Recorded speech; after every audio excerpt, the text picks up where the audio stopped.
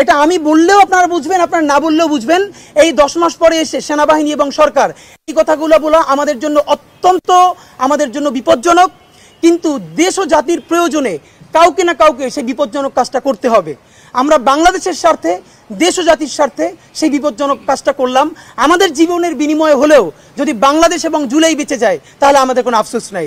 আপনারা জানেন বর্তমান সেনাবাহিনী এবং সরকার একদম মুখোমুখি অবস্থানে আছে। সামনে যে জিনিসটা আনা হয়েছে করিডোর ইস্যুটা, আমরা স্পষ্ট বুঝতে পারি করিডোর এটা একটা ইস্যু। নিশ্চয়ই 100 বার বলেছি, কোনো রাজনৈতিক সমঝোতা ছাড়া, সেনাবাহিনীকে ইনভলভ করা ছাড়া এই সরকারের কোনো এখতিয়ারই নাই করিডোর নিয়ে কথা বলবার।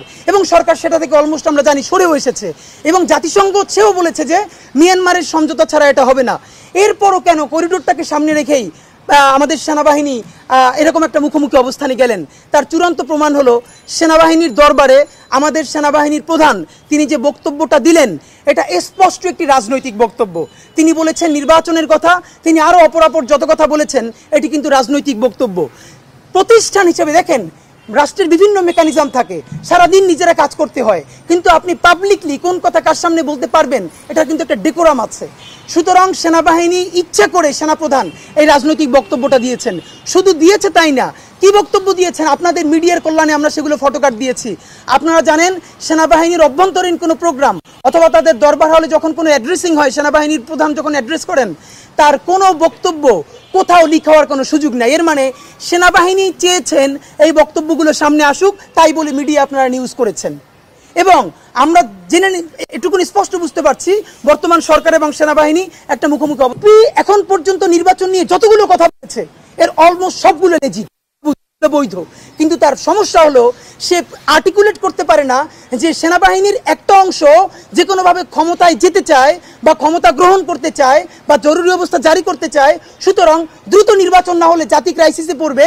এই কথা সে বললে সেনাবাহিনী তার সাথে থাকবে না, এই জন্য সে এটা বলতে পারে না। নাম্বার 2, উপদেষ্টাদের মধ্যে কেউ কেউ ক্ষমতা প্রলম্বিত করতে চায়, এটাও যদি সে বলে ফেলে মাঝে মধ্যে চাপে পড়ে, এটাও সে বলতে পারে না, এই জন্য সে শুধুই নির্বাচন করে।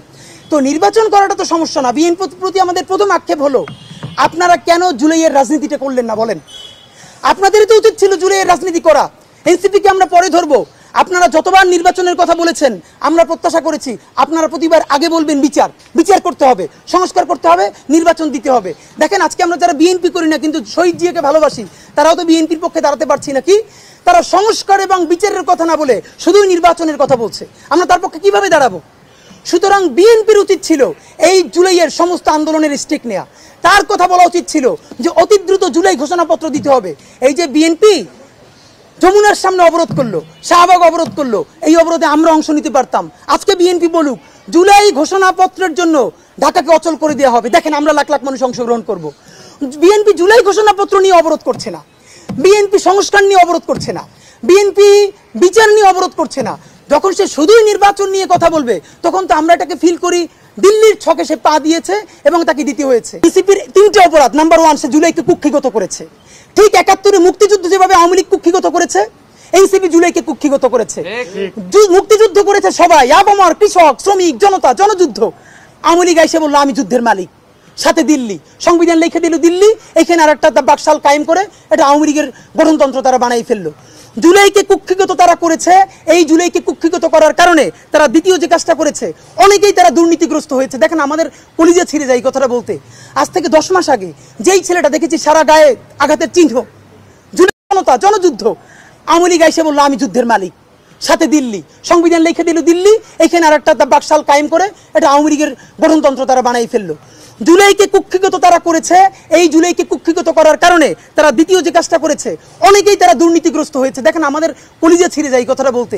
আজ থেকে 10 মাস আগে যেই ছেলেটা দেখেছি সারা গায়ে আঘাতের চিহ্ন, জুলাইয়ের আন্দোলন করতে গিয়া সেই সব ছেলে মেয়ে মাত্র 8-10 মাসের মধ্যে কিভাবে কোটি টাকার মালিক হইতে পারে এই চিন্তা আমাদেরও ঘুম আসে না।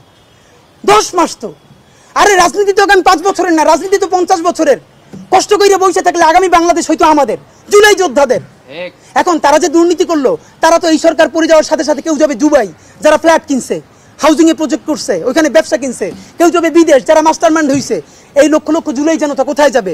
আমাদেরকে যে তোমরা এই জাহান্নামের মধ্যে ফেলাই দেবা, এর দায় কিন্তু ইতিহাসের কাছে দিতে হবে, আল্লাহর কাছে দিতে হবে। নাম্বার 2, আপনাদেরকে বলতে চাই এই ঐক্য প্রথমত বিনষ্ট করেছে এনসিপি। এই যে জুলাইয়ের বৃহত্তর ঐক্য কত মানে মনে করে ফেসবুক একটা আছে, আগেও বলছিলাম যে ফেসবুক অ্যাকাউন্ট সব ডক্টর ইউনূসের কাছে জমা থাকবে, মন চাইলে এই পোস্ট দেয়, আধা ঘন্টা পর ডিলিট দেয়, এরপর 3 ঘন্টা পরে হিসাবে দুঃখ প্রকাশ করে। ভাই এটা কি বাচ্চা কাচ্চাদের ওই হান্ডি পাতিল খেলা যে ঠিক আছে খেলবো না, হারেই ফেরত দাও, একটু পরে এসে আবার ঠিক আছে খেলা শুরু করি? বাবা তুমি যদি ইমোশনাল হও, তোমার যদি কবি সাহিত্যিক আর্টিস্টিক সেন্সটা বেশি থাকে, তুমি যদি অভিমানী বালক হও, তাহলে তুমি নাটক করবা, সিনেমা করবা, থিয়েটার করবা, আর্ট কালচার করবা। তোমার উপদেষ্টা হওয়ার মতো সিরিয়াস দায়িত্ব কে নিতে বলছে?